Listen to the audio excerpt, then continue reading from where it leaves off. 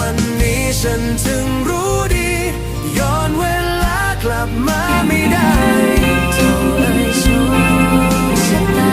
เล่นตลกลืมตาตื่นมองฉันอีกครั้งจะบรรเลงเพลงให้เธอฟัง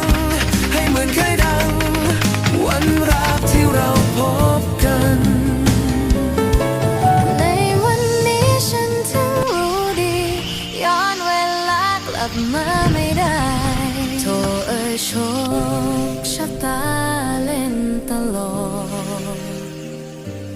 ลืมตาตื่นมองฉันอีกครั้งจะบรรเลงเพลงให้เธอฟังให้เหมือนเคยดังวันรักที่เราพบกัน